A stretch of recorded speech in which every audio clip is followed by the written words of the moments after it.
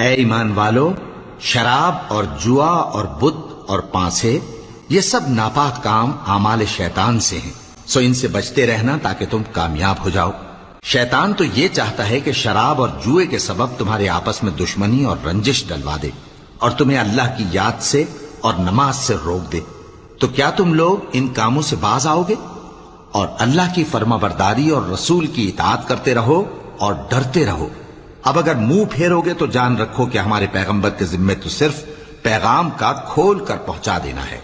जो लोग ईमान लाए और नेक अमल करते रहे उन पर उन चीजों का कुछ गुनाह नहीं जो वो खा चुके, जबकि उन्होंने परहेज किया और ईमान लाए और नेक काम किया, फिर परहेज किया और ईमान लाए, फिर परहेज किया और नेकुकारी की, और अल्लाह नेकुकारों को दोस्त रखता है।